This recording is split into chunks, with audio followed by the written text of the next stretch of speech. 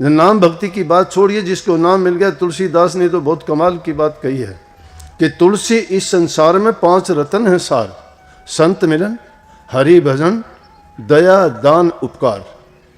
ये 5 चीजें हैं। तो मैं कहता हूं ध्यान किसका नहीं लगेगा मेरे पास, फिर आके बताओ। आप सभी को प्यार भरी राधा स्वामी जी। देखिए, जो आज का सत्संग का विषय है उसमें महाराज जी ने बताया कि नाम की कमाई और भक्ति आत्मा को अपने परम लक्ष्य की ओर ले जाती है। सतगुरु महाराज जी ने बताया कि जो इंसान अपने जीवन को सात्विक बनाना चाहता है उसे सात्विक भोजन करना चाहिए। अपने सुख की खातिर किसी दूसरे को दुख मत दो। माता पिता बुजुर्गों की सेवा करो और अपने बच्चों को अच्छे संस्कार दो। अच्छे संस्कार ही उनके भविष्य का निर्माण करते हैं और उनको अच्छी राह पर चलाते हैं।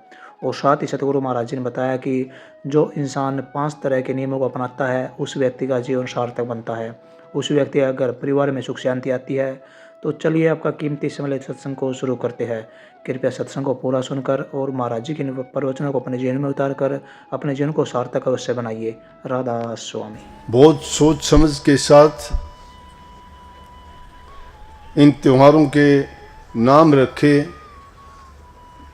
व्रतों के नाम रखे, तिथियों के नाम रखे। किसी में व्रत, किसी में स्नान, किसी में पूजा, किसी में कोई और दूसरा तरीका। अलग अलग त्योहारों पे कोई भाई के लिए, कोई संतान के लिए, कोई पति के लिए, कोई घर में सुख शांति के लिए, कोई धन के लिए। कभी व्रत रखे तो कभी पूजा की, तो कभी हम कहीं बाहर देव को पूजने के लिए जाते हैं। सबके पीछे कोई ना कोई महत्वपूर्ण चीज होती है। भाई दूज का भी बहुत महत्व है। ये रिश्ता दूसरे देशों में इतना पवित्र नहीं है जितना हमारे देश में। भाई और बहन का इतना पवित्र रिश्ता है कि बहन भाई से इतना प्यार करती है अपने पति से भी नहीं करती। जिंदगी जिसके साथ गुजारनी होती है, माँ बाप भाई का घर छोड़ के पति के घर में जाती है। अपने पुराने विचार, ख्यालात, समझ, जो भी संस्कार हैं उनको छोड़ के पति के संस्कारों को अपनाती है। लेकिन अगर कोई ऐसा अवसर आ भी जाए कि पति और भाई में से किसी एक को चुनना हो, तो हमारे देश में ये माताएं पति को छोड़ के भाई को चुनती थी। भाई और बहन का इतना गाढ़ा रिश्ता है, इतना प्रेम भरा हुआ है, इतनी उसके अंदर सच्चाई है। लेकिन आज अलग चीज है कि समय हर चीज को बिगाड़ देता है, परिस्थितियां हर चीज को बदल देती हैं, परंपराएं टूटती चली जाती हैं। उनमें किसी न किसी प्रकार की खामी, कमियां जब आती चली जाती हैं, तो जब हम उनको पूर्ण तरह से नहीं निभा पाते हैं तो फिर उनमें विकृतियां शुरू हो जाती हैं और वो धीरे धीरे ख़त्म होती जा रही हैं, अब भी होती जा रही हैं। और भाई का भी ऐसा ही है कि अपनी बहन के लिए अपनी जान तक कुर्बान करने के लिए तैयार रहते हैं। बल्कि बात इतनी अच्छी नहीं, मैंने एक जगह ये बात सुनी थी, रिश्ते के लिए बहुत अच्छी बात है। किसी लड़की ने लिखा कि अगर भाई हो तो रावण जैसा हो। देखो, रावण को हम राक्षस कहते हैं, हर प्रकार के पाप उसने किए, कितना बुरा किया, आज भी उसके पापों का अंत नहीं आया है। हर साल उसके पुतले बना के जलाते हैं। लेकिन उस बहन ने क्या कही बात कि भाई हो तो रावण जैसा हो, कि अपनी बहन के लिए अपने सारे राज्य को खत्म करवा दिया। इसमें रावण और राम का सवाल नहीं, इसमें सवाल रिश्ते का है कि एक बहन और भाई का रिश्ता कितना है कि भाई ने अपना सब कुछ सर्वनाश इसलिए कर दिया कि उसकी बहन की बेइज्जती की गई थी। उस दृष्टि से ना देख के भाई बहन के रिश्ते से अगर देखा जाए तो भाई और बहन का इतना रिश्ता है कि भाई बहन की किसी भी प्रकार की पीड़ा, दुख तकलीफ दर्द को सहन नहीं करते थे, चाहे उनको खुद को कितनी भी परेशानी क्यों ना उठानी पड़ो। आज के दिन व्रत नहीं रखती होंगी, लेकिन पुरानी कहानी तो ऐसे ही अनेकों कहानी बनाई जाती हैं। वो इसलिए बनाई जाती हैं ताकि इन बहनों को सुनने से और भाइयों को सुनने से उनके रिश्ते में कमी नहीं, बल्कि और ज़्यादा वो मजबूत होते जाएं। इसलिए सत्संग सिर्फ नाम भक्ति का जिक्र नहीं है। सत्संग हमें हमारा व्यक्तिगत जीवन से लेके पारिवारिक जीवन हमारा कैसा होना चाहिए, सामाजिक रिश्ते हमें कैसे निभाने चाहिए, क्योंकि उनके बिना हमारे घरों में मन में शांति नहीं रहती। और जहाँ शांति नहीं है, जहाँ प्रेम नहीं है, वहाँ भक्ति इंसान कैसे कर सकता है। अब आप में से भी काफ़ी लोग आके, एक भाई ने कहा भी था मुझे, बोले ध्यान नहीं लगता।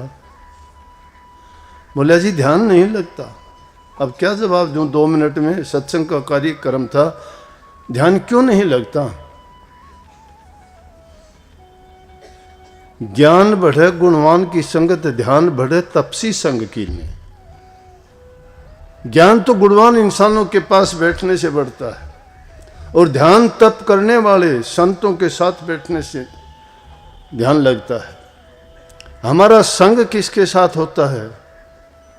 इसलिए मैंने कही कि जब घरों में शांति नहीं है, मन में शांति नहीं है, मन में तो कुछ और लड़ाइयाँ चलती रहती हैं, विरोधी बात पैदा होती रहती हैं, कुछ का कुछ भरा हुआ है। नाम भक्ति की बात छोड़िए, जिसको नाम मिल गया। तुलसीदास ने तो बहुत कमाल की बात कही है कि तुलसी इस संसार में 5 रतन है सार, संत मिलन, हरि भजन, दया, दान, उपकार। ये 5 चीजें हैं। तो मैं कहता हूं ध्यान किसका नहीं लगेगा मेरे पास, फिर आके बताओ। हम सिर्फ बातों को सुन के कहते हैं कि ऐसा करना चाहिए, मेरे से होता नहीं।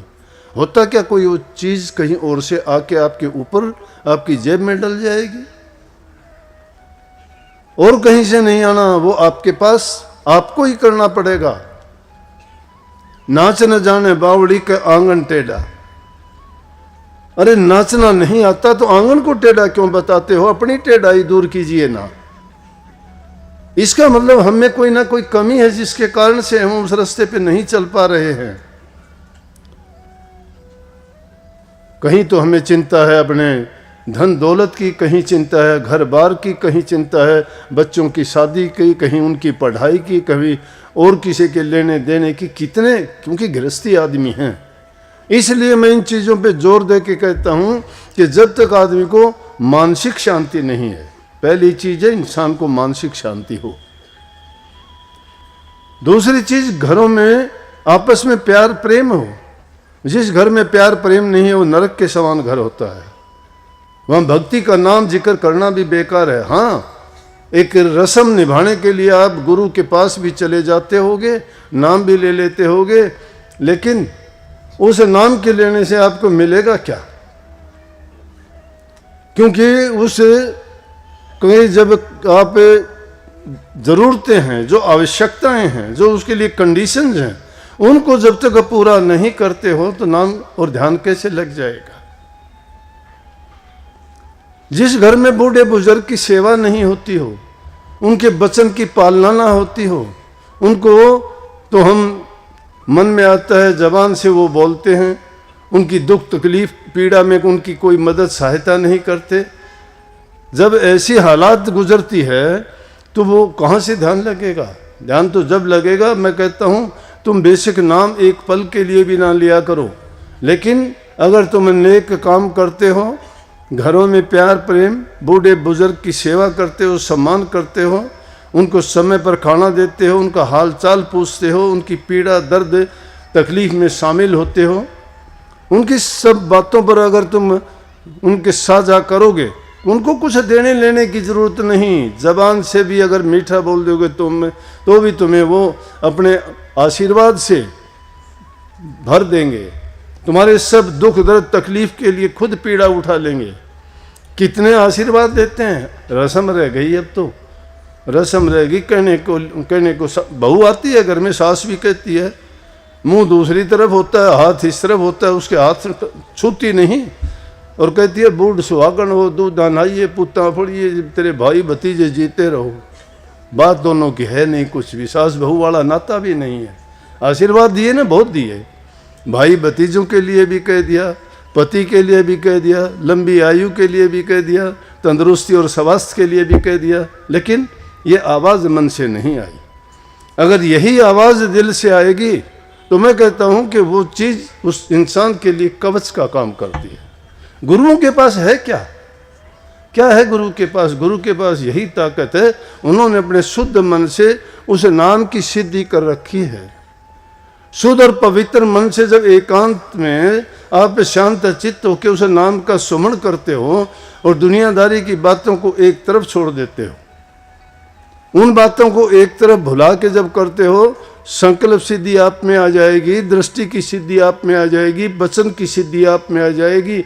जो भी संकल्प उठाओगे सभी पूरे होंगे, लेकिन ये नहीं कह सकते आप मेरा ध्यान नहीं लगता। आदमी का ज्ञान घटे नरमूढ़ की संगत, नरमूढ़ की संगत करने से आदमी का ज्ञान घटता है, और ध्यान घटे धन में चित्त दीने। धन में जिसका चित्त चला गया उसका ध्यान घट जाएगा, ध्यान उसका दूसरी चीजों में चला जाएगा।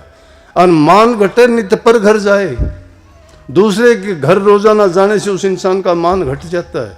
बिना बात के, बिना जरूरत के किसी के घर में रोजाना जाके अगर बैठ जाओगे, कुछ दिन के बाद में आप बुरे लगने लग जाओगे। तो इन चीज़ों की ओर हम गौर ही नहीं करते हैं और सब ढूंढी पीटते हैं, नाम ले लो, नाम ले लो, तर जाओगे, तुम्हारे पाप कट जाएंगे, तुम्हारी 84 छूट जाएगी। नहीं छूटती, ऐसे 84 नहीं छूटा करती।